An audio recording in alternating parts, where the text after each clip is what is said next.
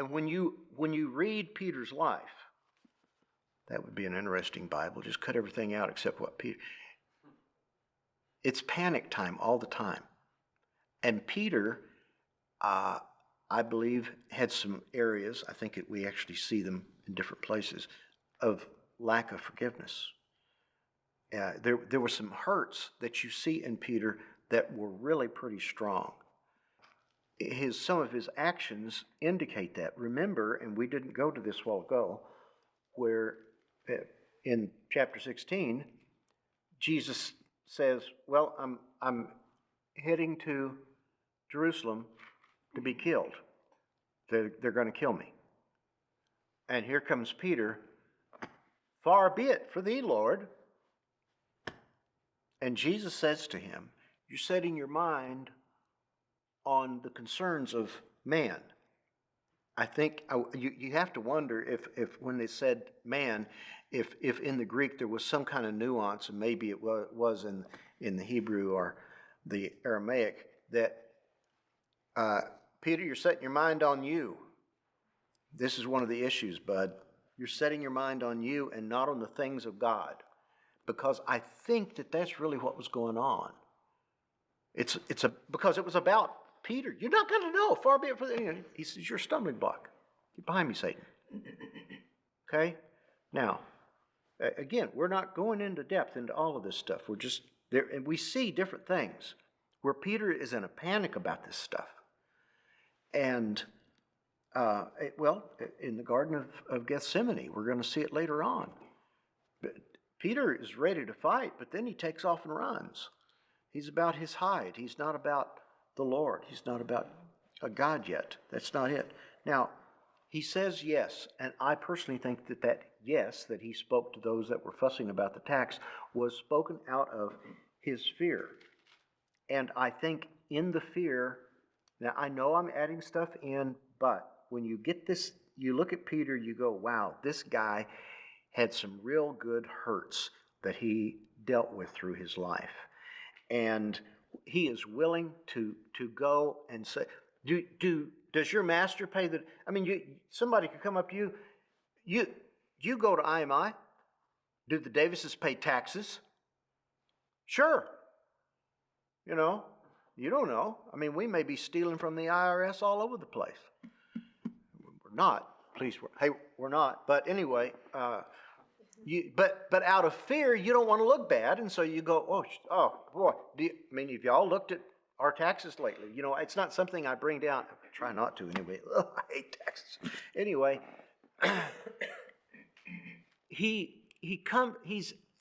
I think there's hurts there in him, and he just answers it. Jesus doesn't let him get away with it. Okay, what do you think? From whom do the kings of the earth collect customs or poll tax? From their sons or from strangers? Peter said, from strangers. Jesus said to him, then the sons are exempt. And, he's saying, Peter, you're a son in this. However, so we do not offend them. Go to the sea, throw in a hook, take the first fish that comes up. When you open its mouth, you'll find a shekel. Take that and give it to them for you and me. I mean, this is so cool. I mean, this is just cool. This is Jesus taking care of his critter. And Peter was, let's face it, a critter. This guy, but Jesus takes care of him right here. And like we've often said, I promise you, he took the fish and sold it too. He paid the tax. But I read that because now we can go into chapter 18, verse 1, at that time. Now, what had happened with Peter was that he had to be, Jesus was actually kind of dealing with him on something. You're a son. Peter, you're a son. You don't need to feel like you're an outcast. Do you understand what he said to him? He could have said all sorts of things. But you don't need to feel you're an outcast just because you're orphaned. Your father knows you. He does. He knows you, and I know you, and I love you. You're a son. And so, but Peter is still acted out of, I think, past hurts that he's not forgiven. At that time, so it's connected, the disciples came to Jesus and said, Oh, brother. Who's the greatest in the kingdom of heaven? Now, I want to tell you about this question first, just real quickly. This question left Jesus between a rock and a hard place. It did. Because Jesus doesn't want them, obviously. You notice he didn't say, "You prideful jerks, how dare you ask me such a question?" We had to do that here at IMI, obviously. But, you guys come and go, "Who's the greatest on campus?" And I go, "It's Mary."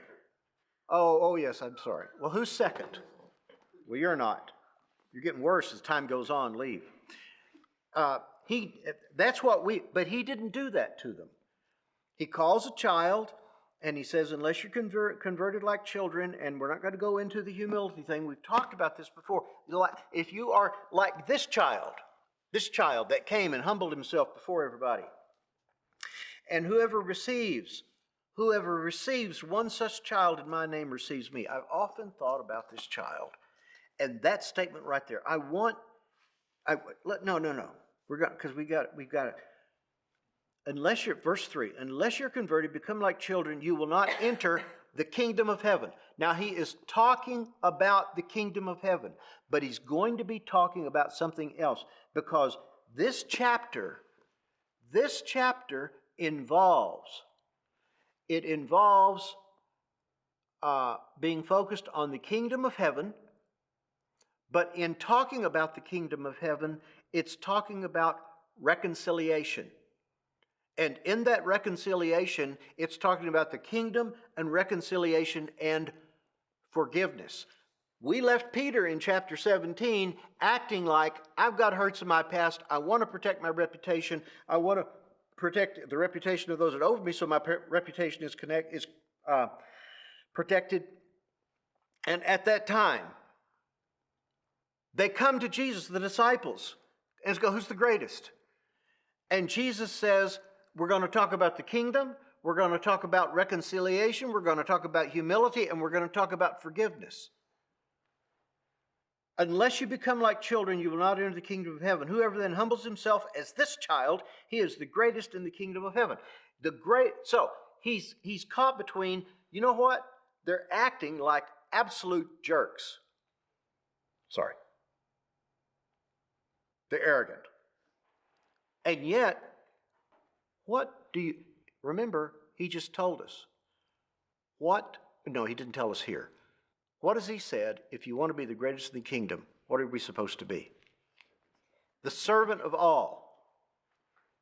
Now, if he did not want you to become great in the kingdom, he wouldn't have told you that.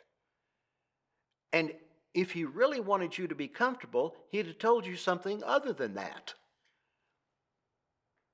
But the fact is that he wants you, he does, he wants you to be great in the kingdom of heaven. Do you ever think about that? He does. Except when you have been declared to be the greatest in the kingdom of heaven, what will your position be on that? The only way that you can possibly be the greatest in the kingdom of heaven is that no one ever knows that you are. Ouch. No one gets to know. Come on. There are times you've got to serve in front of everybody, but for the most part, you're doing it quietly, and I just do it. It's just what I do. And it's not in front of other people. It's not to get the accolades. In fact, it's to make sure you don't get the accolades. The greatest in the kingdom has got to do what? Casting down their golden crowns.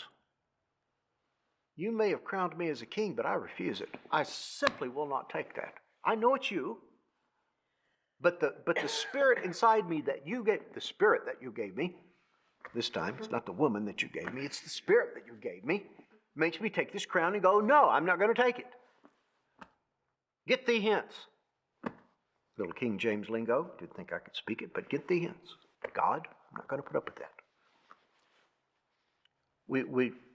We will not be asking who's the greatest, because will be the last of our concerns. So Jesus wants them to be great, but he just doesn't want them to be asking about it, knowing about it.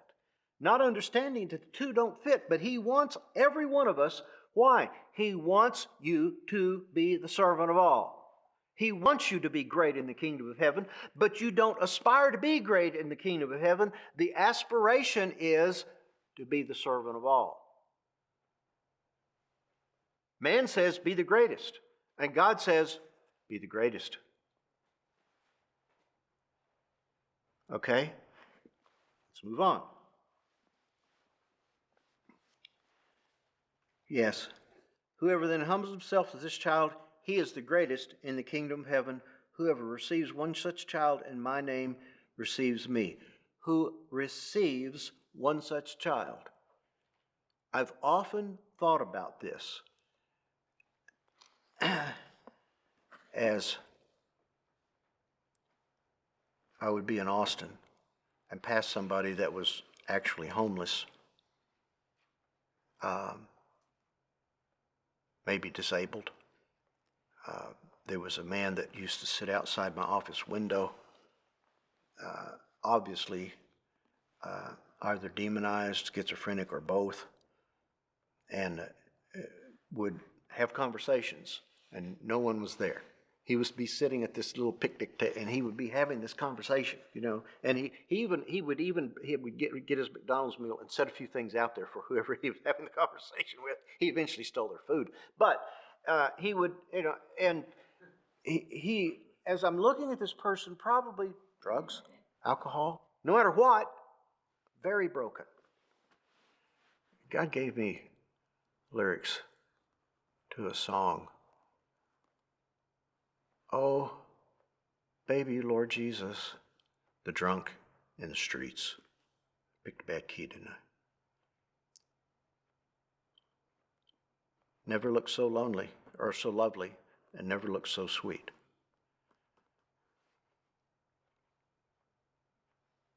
Whoever receives one of these little ones grow up. Little ones become adults. And I don't think Jesus is going, well, you're not a little one anymore. Okay, y'all don't worry about that one. He's making a statement. Because children were, okay, it's a kid. Can't do much work yet. But the kid's going to grow up. Do we accept? Do we receive? Whoever receives one such child in my name receives me, but whoever causes one of these little ones to believe me to stumble, it'd be better for him to have a heavy millstone. And then he talks about the stumbling stones, and he talks about getting rid of things that tempt you. Your eye, that you would look at something with the lust of the eyes, the lust of the, and then he talks about your hand, the lust of the flesh. And see, you do, verse 10, you do not despise one of these little ones. And he's come to save that which is lost. And then he gives us the thing of 100 sheep and the shepherd going out and doing what? We've now gotten into restoration and forgiveness. And we've gotten there rather loudly. I've got 99s here, but that one out there is not in the fold where it needs to be. And I'm going out to restore that one. I'm going to go out and find it, to receive it. And he goes on, and now he gets to these famous verses where that people use to, as they call it, church somebody. Now, this is not the way it's supposed to be done, but or the way that, okay, we're going to call this person and put them up there in front of everybody, and we're going to castigate them and say, this is what we did, and that's not what it's saying, but either way, we're going to look at it. If your brother sins, go and show him his fault. Start verse 15. And so, wait a second. He finishes up let's go back to 14. So it is not the will of your Father who is in heaven that one of these little ones perish. And I might also add again here, something you may have heard, little ones grow up. I just thought I'd throw it in.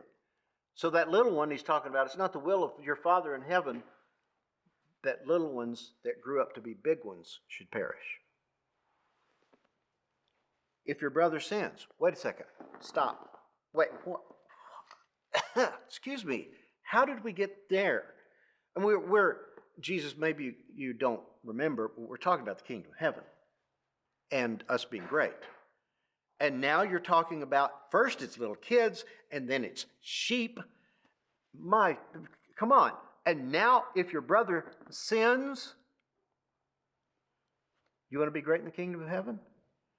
If your brother sins, go and show him his fault in private. Now, this is a pattern for the way that we may have to deal with things that are in our lives. Somebody that is sinning, and you're going. This we see. I think this pattern followed.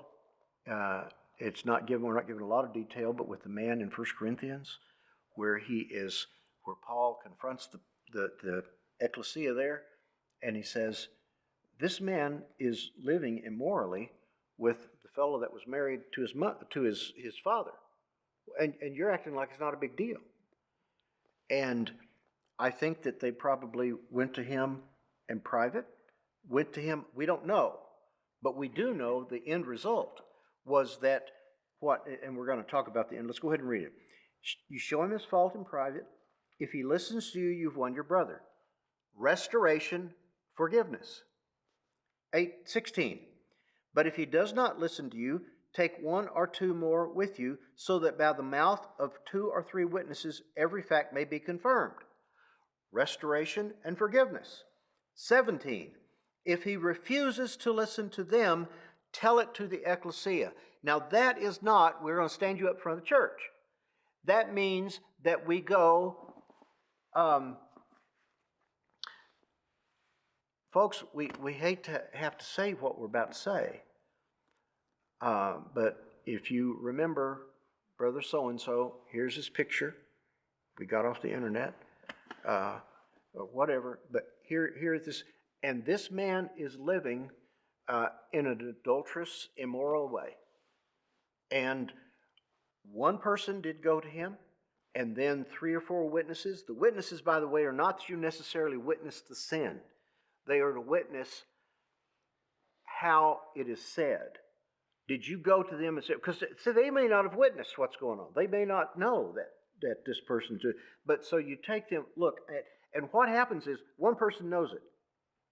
Okay? And then you go, okay, we're going to bring others that are going to say, and all he did was, and we spoke to them, you're stealing from this one person. This person has seen it. The rest of us are here to say, here you are, you're being confronted with your sin. And if at that time, even when one person has come, and then more, 2 or 3 witnesses, and to confirm, you can't keep on living like this, and he still won't listen. In other words, he is refusing the reconciliation. Okay? And he's also refusing the forgiveness in many ways. Why? Because he's not turning away from his sin. He's saying, I'll do it anyway. All right? Now, let's go on. Verse 17. If he refuses to listen to them, tell it to the church. That doesn't mean it's a big business meeting. It means simply that you begin to tell the people of the ecclesia that this person has broken fellowship by doing this. And we've attempted to bring restoration. He's refused. Okay? Did you have your hand up? No, okay. Sorry. If he refuses to listen even to the ecclesia, now everybody knows it. Everybody knows it now. You're actually being given permission to speak to, in some ways, not gossip or slander, but to speak the truth. This is the truth. And they've been told, if he does not turn away, oh, wait a second, then he becomes to you as a Gentile and a tax collector. And that means that they would not be talking to him anymore. The fellowship would be broken. We see that to the man in 2 Corinthians when Paul says, well, you guys, he's repented. Yeah, they forgot about the other part. Well, maybe we could accept him back if he repented. He said he literally is despairing of life. Despairing of life. In other words, he was so torn up by it, by the lack of reconciliation, that he was ready to die. Okay, and Paul has to tell the Corinthian church, it's okay, you can forgive him now. We know what this said, but you actually can. And so, hopefully, again, to bring about that restoration. But now look what gets said, very interestingly, in verse 18. Truly I say to you, whatever you bind on earth has been bound in heaven. Whatever you loose on earth has been loosed in heaven. Again I say to you, if two of you agree on earth about anything that they may ask, it shall be done for them by my Father who is in heaven. For where two or three have gathered in my name, there I am in their midst. Now wait a second. We went from greatest in the kingdom of heaven, 1 Peter's unforgiveness, greatest in the kingdom of heaven, to then a little kid, restoration, reconciliation, forgiveness, a pattern to actually follow so that you're actually careful with the person. It's you don't go, oh, I saw them do this, and you go running off to another person. Okay? If you need counsel about it, that may be one thing. It's got to be somebody you really trust. But then it's up to you. You go. And then you go with more. And then you tell it to the church. And then hopefully they've listened to the church. And then he brings up of all things, whatever you bind on earth has been bound in heaven. The issue here, folks, is binding and loosing, but the subject matter is forgiveness. Now, this makes a little bit more sense when we think about the words that Yeshua says as he's telling them, here's how you pray. At the end of it, he says, for you forgive men their sins, your heavenly Father will forgive you. But if you do not forgive, you're not going to be forgiven. What if I know that somebody's committing adultery and I'm a big cheese in the church? I need to go to them. But I decide I'm not going to. I want to just spread it around, and I get very bitter at that person. And I let other people get bitter too. But there's one little thing that's not been told. I'm committing adultery too. Whatever you bind in heaven, bind on earth, has been bound in heaven. Do you see? I am binding that person to their sin. And while I'm binding that person to their sin, I'm being bound more to mine because I'm not forgiving, I'm not forgiven. Now, don't get me wrong, I think that this is really talking very much about if I forgive it, what I'm doing is asking God to forgive. I'm releasing it, but I'm releasing it by the power of God, and I want to go right now, and we could go through the rest of the chapter 18. In fact, we need to go at least a couple of verses. Where two or three are gathered in my name, I'm in their midst. Then, right then, what happens? Peter came and said to him, I mean, I can see, he's talking to everybody. And he says this stuff. The disciples are there. Didn't it say, at that time the disciples came to Jesus and said, I'm just letting you know, Peter was one of the disciples. So Peter is there. And Jesus starts talking about this kid, and he starts talking about sheep, and he gets into forgiveness and restoration and all of this stuff. And Peter knows where he's going. Now, I don't know how it would have been that way, but Peter's in the back of the crowd, okay, instead of the front where he usually sits, the Pope chair. And he's back here, and he goes, hey, well, all right. Lord, how often shall my brother sin against me and I forgive him? Up to 7 times? Do you hear what's going on? Peter is now fussing about forgiving because he knew what Jesus was saying.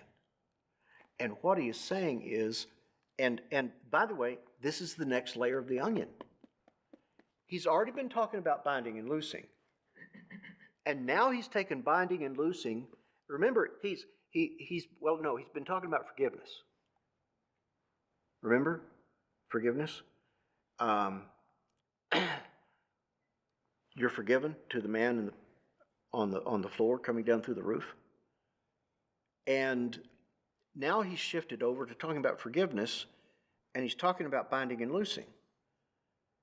And he's going to go on here, and we're going to look at this in just a minute, but we're not going to go into the rest of the parable. We know that what Peter, because all I wanted to do was see what Peter's deal is here.